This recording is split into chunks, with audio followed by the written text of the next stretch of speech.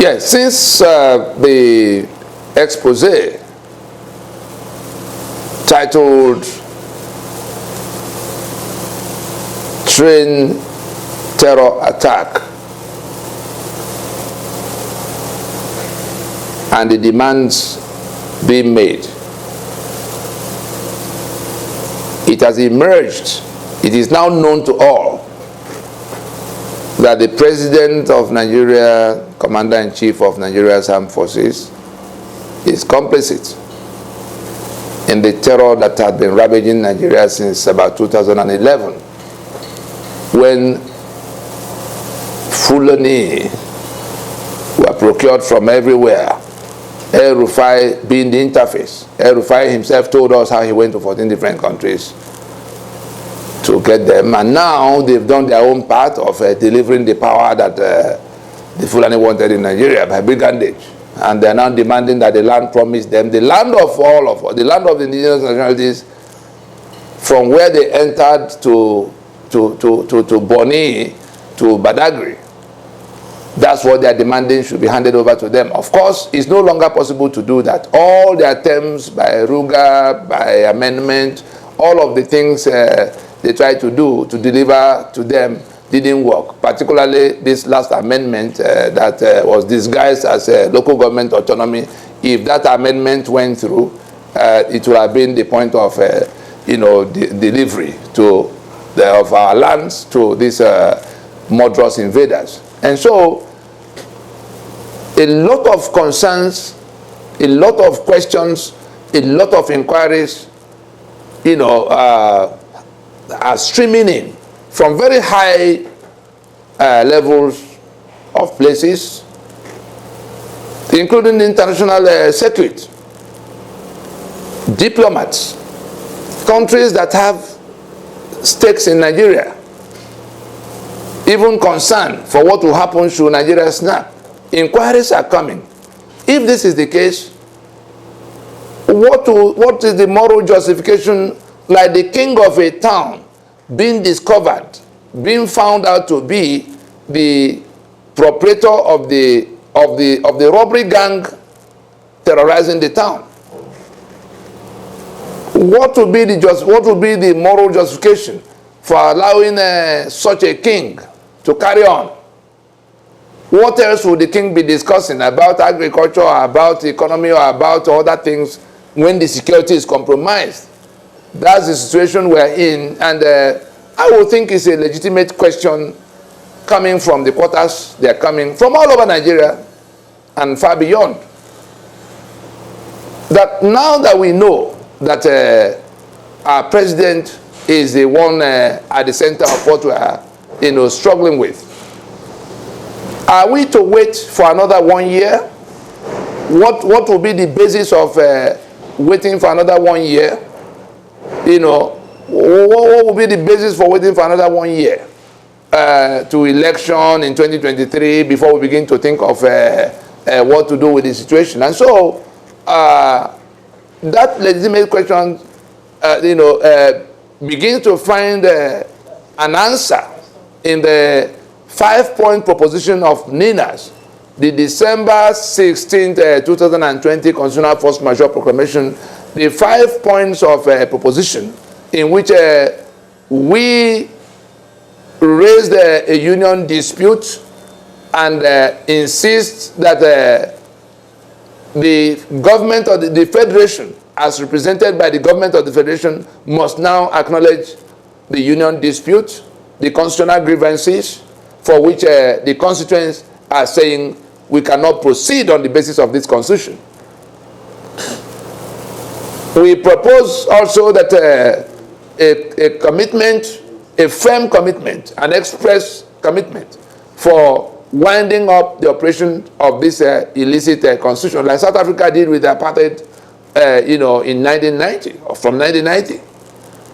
We insisted that in that proclamation that in order to put a time frame, a definite time frame, that the next round of elections advertised for 2023 must be shelved so that we can go into the reconstruction of the damaged constitutional basis of Nigeria. Of course, in the number 4 proposition, we talked about the modalities. What will be the time frame? What will be the composition of that transition team? Who are going to be in charge of putting it together? What will be their mandate and all of that?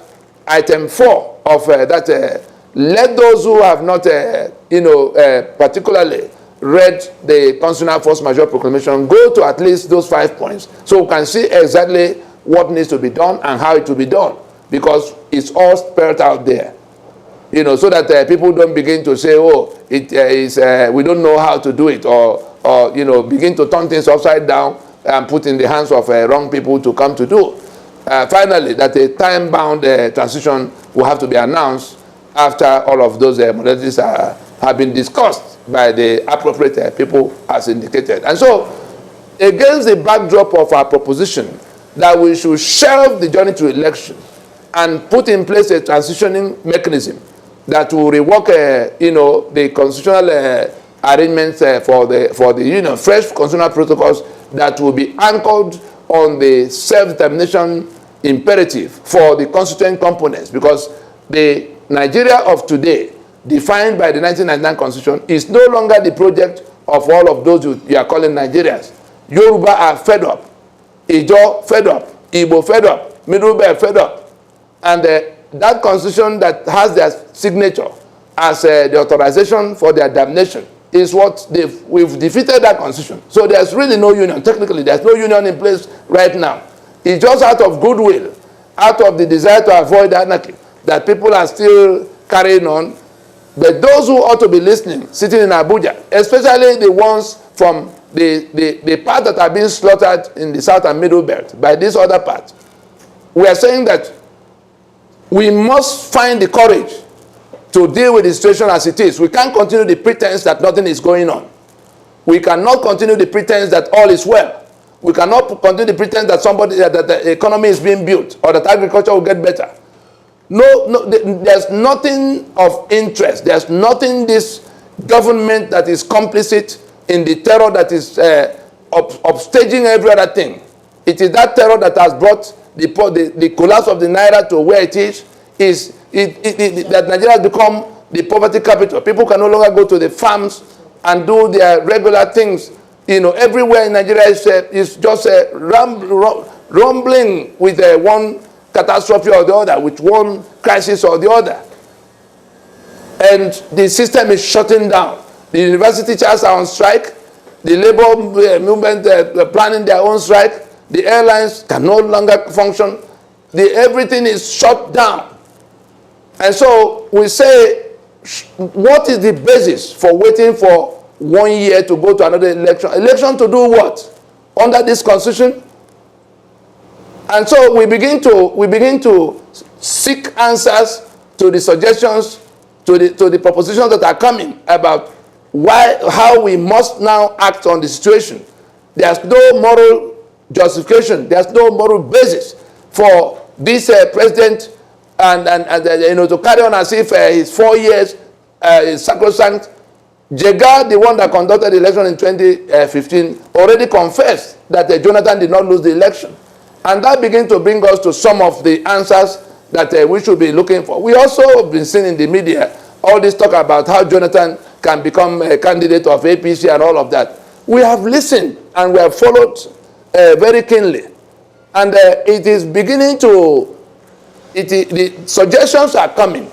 And we will be better disposed to such suggestions to say, in trying to put in place a transition at this time, why don't we look in the direction of former President Jonathan, who has such tremendous goodwill, which is why a lot of people are shouting very loudly, oh, don't go to this camp of, what did Professor Shoyinka call them? It's like a collection of vipers, a place cobras gather. Why do you go there? So it is that goodwill that is required at this time more than anything else to hold the country together to a meeting to discuss the future, since the current constitution has failed. And it will be a suggestion that cannot be dismissed. it will be a suggestion that should be very seriously considered, that we put in place a transition that has to use most of what is left of the current tenure. Instead of waiting for election in 2023, that transition can be instituted within the first half of 2022, so that we can have all of that time, because everybody knows what we need to do. That Jonathan that APC, that Buhari and his APC have been angling for to come and be their candidate, he was produced by PDP, and since we say election will not solve the problem, why don't we look in the direction of that Jonathan to come and be a central part of, because the international community also, he has a lot of goodwill in the international arena, and there's no part of the country that, from what we've been seeing since after he left office, we saw the people that marched to his office the other day to say he must come to run. We are saying it is not, since election will not solve this problem, why don't that goodwill, that countrywide goodwill, that global goodwill, why do we not bring it to try to solve the problem that has to be solved? And therefore, Nina should be well disposed to looking at these questions that are arising from Buhari's complicity, along the lines of the urgency of the need to go to that transition and to get the goodwill that we already have in the person of former President Goodluck Jonathan, as the anchor. It has to be a collegiate thing. A lot of, according to the modalities we put there, but let us bring that goodwill into the pool of what will become that transition and go to work. Since the APC people are thinking that Jonathan is, we are not opposed to Jonathan coming to be, even for the reason of Jega's confession that he did not lose the election of 2015. Why don't we put all that together and seriously consider a transition that we have two models we can take from what South Africa did in 1990 with apartheid. We can have a nominal governance going on with a CODESA type of body with constituent powers now dealing with these issues according to the modalities we spell out by ourselves, not the one that anybody in Abuja will say is doing on our behalf. It must be the constituent components that could be countries of their own that will be decided, that will be discussing. It's after they have recommitted to the union that will now go to the question of writing another constitution. And so I would think that everything considered, let us go more quickly to this transition. Every day we postpone it, we are running the risk of things snapping. And nobody is going to be able to hold things together if things snap by themselves. I think we can go from here to the